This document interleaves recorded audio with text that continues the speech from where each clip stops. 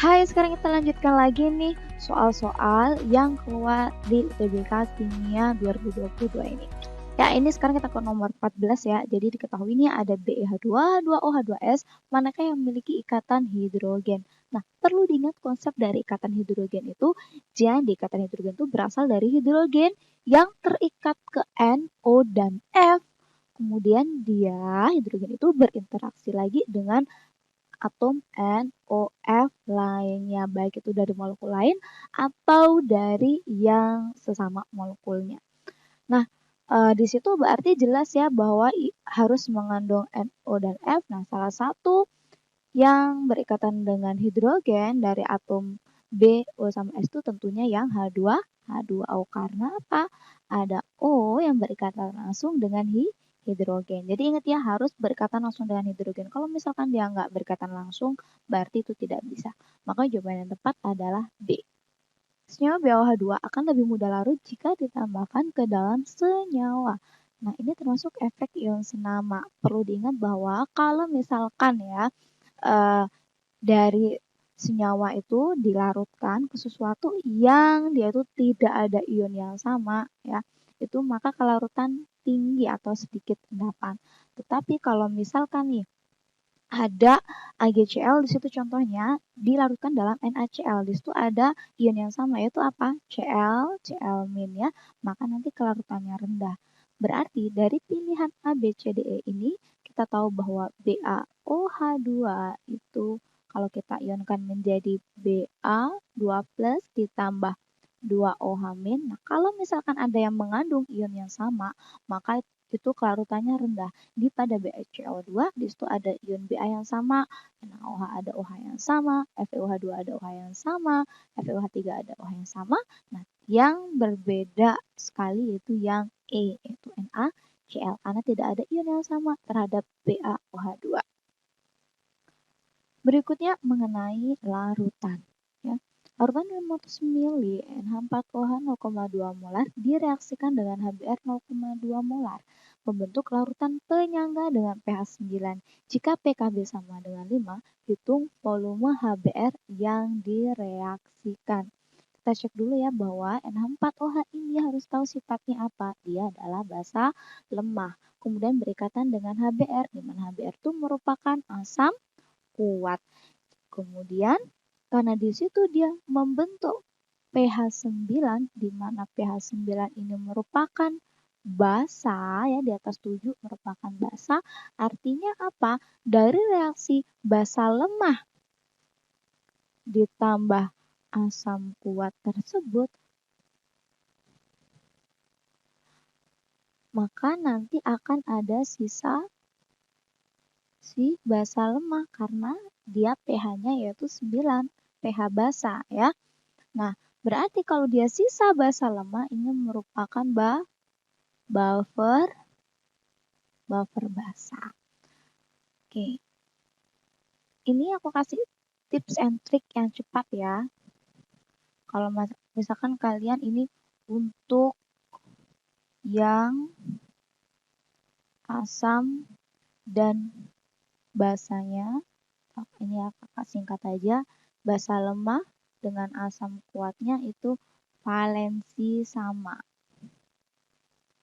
Valensi sama, berarti dia tuh melepas sama-sama misalkan nih OH-nya di sini kan ada berapa, cuman ada 1 ya.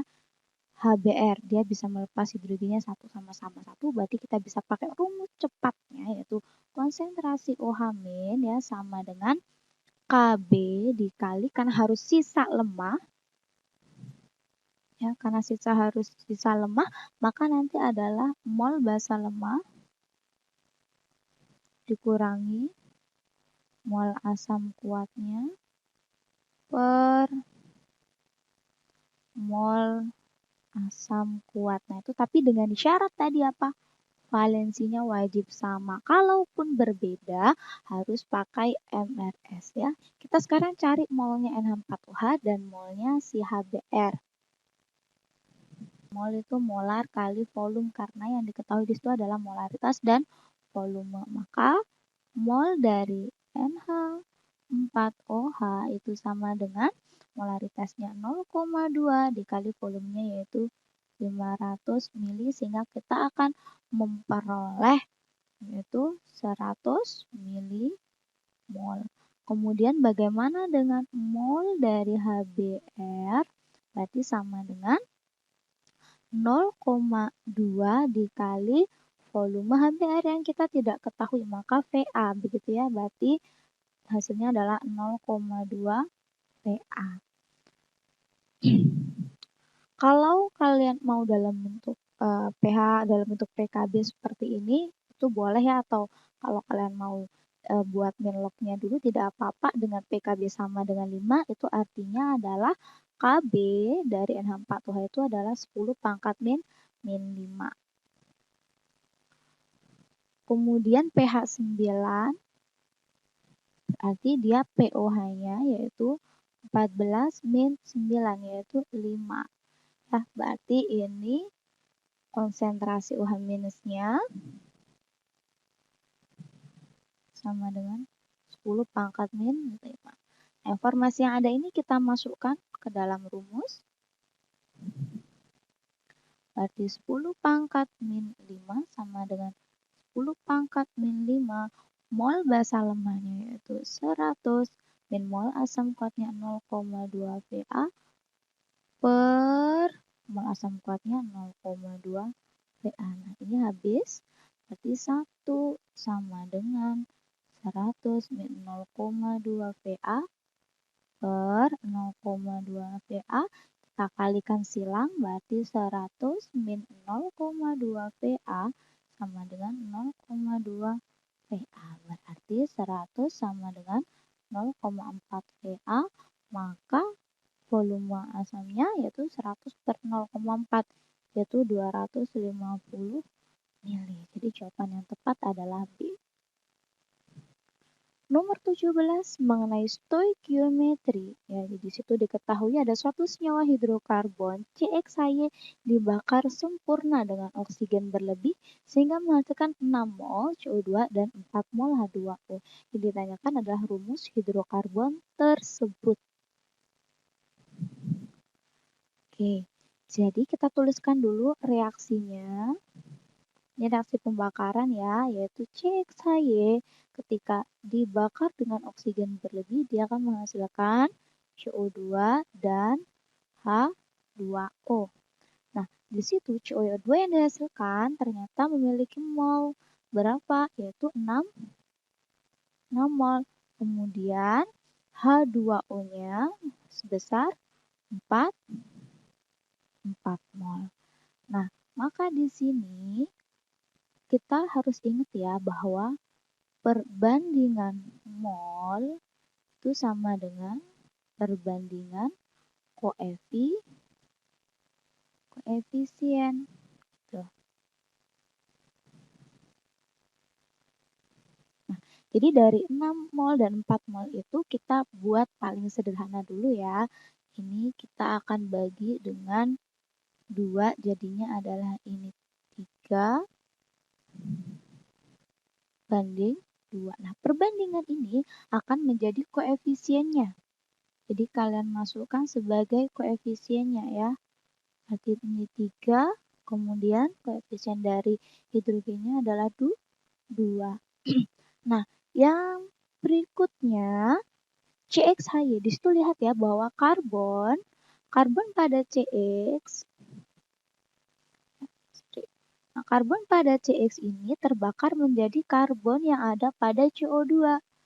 Nah, sedangkan pada HY ya, HY dengan oksigen itu menjadi H2O. Kemudian lihat jumlah atomnya di sebelah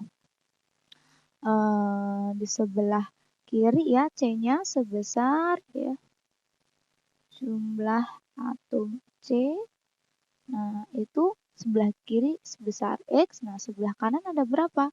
Itu 3 ya, 3 kali C. Nah, jumlah atom hidrogen sebelah kiri sebesar Y, sebelah kanan, nah 2 dikali 2, 4. Maka rumus CXHY-nya yaitu C3H4. Maka jawaban yang tepat adalah B. Nomor 18. Ini masih mengenai stoikiometri lagi ya. Jadi ada sebanyak 1 mol padatan tetraatomik ya X4 tepat bereaksi dengan 5 mol gas diatomik Y2 menghasilkan 1 mol padatan baru. Nih, rumus empiris ya. Perhatikan yang ditanyakan, jangan lupa rumus empiris. Oke. Pertama kita tuliskan dulu nih reaksinya ya. Jadi dari X4 itu yang berupa padatan, dia bereaksi dengan Y2 berupa gas, membentuk sesuatu yang kita tidak ketahui, misalkan XA, YB, seperti itu. Nah, di sini berupa padatan. Ternyata ketika ini berjumlah 1 mol, dan ini tepat habis bereaksi dengan 5 mol ya, ini kita mula-mula reaksi sisa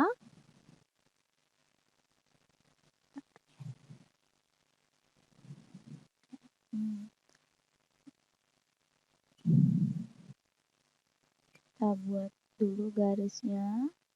Nah, kita masukkan ke dalam MRS itu ada kata-kata tepat habis bereaksi, berarti dia punya sisa berapa?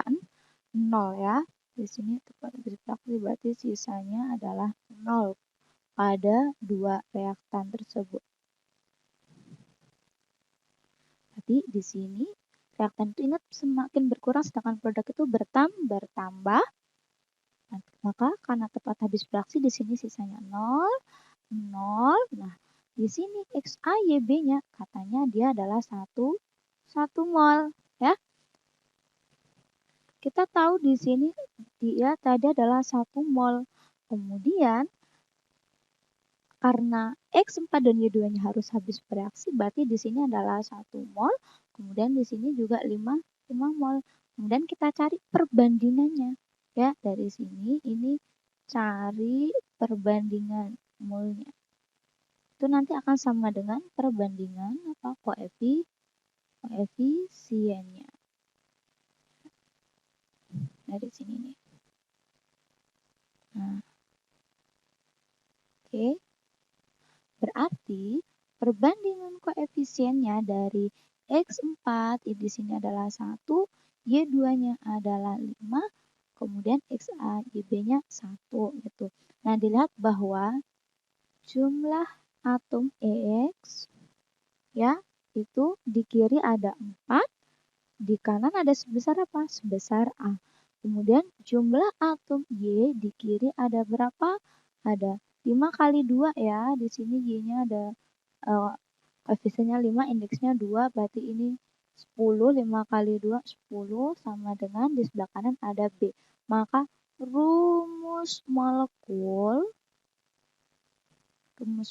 dari XA YB adalah X4 Y10. Namun pertanyaannya adalah rumus empiris ya. Nah, rumus empiris ini berarti dari X4 Y10 itu disederhanakan lagi ya. Nah, berarti ini harus dibagi dengan berapa indeksnya? Dibagi dengan 2. Dia menjadi apa? X2 Y5 gitu. Jadi jawaban yang tepat X2Y5 itu adalah yang C. Nomor 19. Pemisahan emas dari material yang lain dapat dilakukan melalui reaksi dengan kalsium sianida. Sebanyak 100 gram biji emas direaksikan dengan larutan KCN berlebih dan diperoleh 0,2 mol ya. Kali ini ada potasium, aurum sianid. Persen massa AU dalam biji emas tersebut adalah, oke, apa sih rumus persen massa ya? Karena ini ditanyakan adalah persen massa AU atau biasanya kadar AU, kadar emas itu selalu di situ massa dari yang ditanyakan ya. Berarti massa AU dibagi massa biji dikali 100%. Nah, ini dia adalah rumusnya. kemudian kita sudah tahu bahwa massa bijinya tadi berapa? 100 gram ya massa bijinya. Nah, tapi kita belum mencari massa AU-nya. Kita harus cari dulu nih massa AU-nya dengan cara apa? Tadi ada informasi bahwa KCN yang hasil dari reaksi dengan KCN berlebih itu menghasilkan 0,2 mol KAUCN2. Ya, itu dari situ kita bisa menggunakan perbandingan koefisien. Tapi harus dipastikan dulu nih bahwa reaksinya harus setara. Kita cek ternyata reaksinya udah setara, berarti kita sekarang cari molnya si AU dengan cara perbandingan koefisien, berarti koefisiennya si AU per ya koefisien dari KAUCN2 kali molnya dari KAUCN2. Berarti sama dengan, nah, koefisiennya AU itu adalah 4 per koefisien dari ini ya, berarti 4 per 4 kali 0,2 mol, berarti sama dengan 0,2 mol. Maka kita akan memperoleh massa dari AU sama dengan mol dikali AR, berarti sama dengan 0,2 mol dikali AR-nya adalah 197 gram per mol. Itu berarti sama dengan, ya, ini kalau kalian mau menghitung tidak apa-apa, kalau tidak mau menghitung juga nggak apa-apa ya, terserah. Tapi ini hasilnya adalah 39,4 gram. Boleh dihitung di sini atau dihitung dalam ketika masuk ke rumus persen massa AU ya. Nah, ini informasi yang ada ini dimasukkan ke sini. Nah, sehingga nanti kita akan memperoleh persen dari emasnya itu sama dengan 39,4 gram per massa bijinya adalah 100 gram dikali 100%. Maka hasilnya adalah 39,4 per persen. Maka jawaban yang tepat adalah yang B. Oke, sekian dulu ya. Nanti kita akan lanjutkan lagi. Terima kasih.